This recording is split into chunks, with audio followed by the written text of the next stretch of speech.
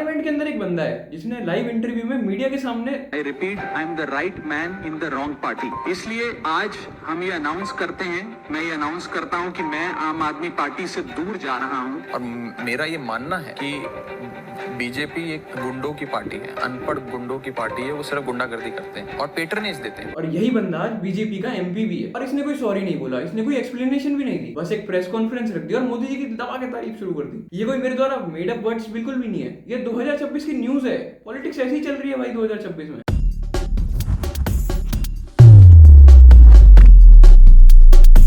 पहले थोड़ा सा हिस्ट्री से शुरू कर लेते हैं ताकि तुम्हें पूरा कॉन्टेक्स्ट चीजों का समझ भी आ पाए। Raghav Chadha young face of Aam Aadmi party, बहुत ही ज्यादा स्मूथ टॉकर, पार्लियामेंट में लोगों के बेसिक डेली नीड्स के मुद्दे उठाते थे और बीजेपी के खिलाफ पार्लियामेंट में आग उगलने का काम किया करते थे। लोग रील्स बनाते थे, फैन पेजेस एडिट बनाते थे और लोगों को लगता था यार ये पॉलिटिशियन कुछ अलग है, कुछ तो बात है इस पॉलिटिशियन में, बिल्कुल अलग, मतलब खुश थे इस पॉलिटिशियन के लिए। 2023 में राघव चड्ढा ने एक इंटरव्यू दिया अनफिल्टर्ड बाय समदेश। देखो हमारा नेता कितना बोल्ड है भाई। और फिर बात करते हैं अप्रैल 2026 की। पहले तो आम आदमी पार्टी ने इसे राज्यसभा की डेप्यूटी लीडर की सीट से हटा दिया, फिर इसने इंस्टाग्राम पे एक वीडियो बनाकर डाली, टाइटल था वॉइस रेज्ड प्राइस पेड। बहुत ही ज्यादा इमोशनल और बहुत ही ज्यादा ड्रामेटिक। भाई लिटरली कमेंट सेक्शन में लोग रो रहे थे। एक ही तो पॉलिटिशियन था जो हमारे लिए आवाज उठाता था, हमारे रिचार्ज सस्ते करवाता था, उसकी आवाज बंद कर दी, ऐसा कर दिया वैसा कर दिया। कमेंट सेक्शन भरा पड़ा था भाई। और फिर 24 अप्रैल को प्रेस कॉन्फ्रेंस आ जाती है, भाई हम बीजेपी में मर्ज हो रहे हैं। भारतीय जनता पार्टी ज्वाइन कर लो। अगर भारतीय जनता पार्टी में शामिल हो जाओगे तो आप पर कोई मुकदमा नहीं होगा, आपको मैं साफ तौर पे कहना चाहता हूं, आज तक वो रकम नहीं बनी और वो शख्स पैदा नहीं हुआ जो राघव चड्ढा को, आम आदमी पार्टी को या अरविंद केजरीवाल को खरीद ले। मैं साफ तौर पे और मेरा ये मानना है कि बीजेपी एक गुंडों की पार्टी है, अनपढ़ गुंडों की पार्टी है। वो सिर्फ गुंडागर्दी करते हैं और पेट्रनेज देते हैं गुंडों को।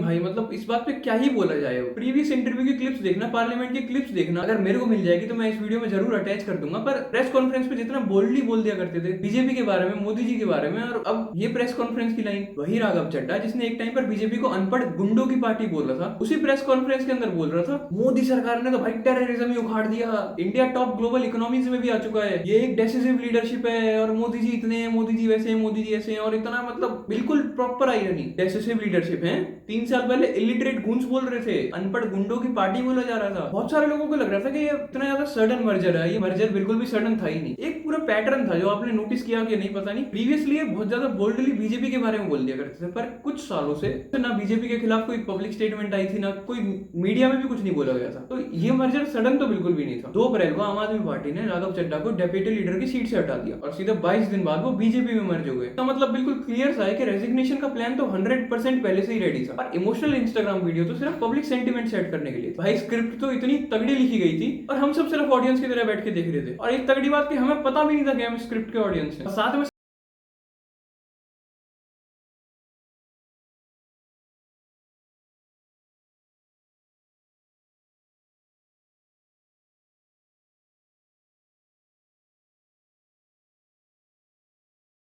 आम आदमी पार्टी के राज्यसभा के एमपीज के 2/3 हैं, स्पेसिफिकली ताकि एंटी डिफेक्शन लॉ से बचा जा सके। इसको थोड़ा सा रफली समझा देता हूँ। कॉन्स्टिट्यूशन का आर्टिकल 102 कहता है अगर पार्टी के 2/3 मेंबर्स मर्ज करें तो किसी भी टाइप की डिस्क्वालिफिकेशन नहीं होती। इसका मतलब सीधा सीधा फ्लिप भी लीगली बिल्कुल प्लान था। लूपहोल ढूंढा, यूज किया और निकल गए। प्रोफेशनली एग्जीक्यूटेड बेट्रेयल, ये तो प्रिपरेशन थी भाई, कोई पैशन वैशन नहीं था। देखो एमपीज का मर्ज होना बहुत ही ज्यादा आम बात है, पर ये फ्लिप बिल्कुल भी नॉर्मल नहीं था। जिस पार्टी का इतना ज्यादा पास्ट में इतना कुछ कॉन्ट्रोवर्शियल बोल रखा हो, पार्लियामेंट में इतना ज्यादा उनको बोल रखा हो, और एकदम से उसी पार्टी में मर्ज हो जाना। और एक थ्योरी समझाता हूँ जिसको मैं पॉलिटिकल वॉशिंग मशीन थ्योरी बोलता हूँ। ये चीज काम कैसे करती है। नेता किसी भी पार्टी में होता है, उसके ऊपर करप्शन के एलिगेशन आ जाते हैं, या तो सीट नहीं मिलती या फिर पावर कम होती है, तो वो बीजेपी में चला जाता है और एक हफ्ते में सारे के सारे एलिगेशंस गायब, सब कुछ बिल्कुल क्लीन चिट। हेमंत बिस्व शर्मा 2015 तक कांग्रेस का पार्ट हुआ करते थे, बीजेपी ज्वाइन करी और आज असम के सीएम है। उसने खुद बोला था कि कांग्रेस में उसे सफोकेटिंग फील होता है। अब मैं कोई बड़ा लेक्चर बिल्कुल भी नहीं देने वाला, बस असली फैक्ट तो इतना सही है, इस देश में सिर्फ एक ही पार्टी है जो पॉलिटिकल करियर में स्टेबिलिटी दे पा रही है।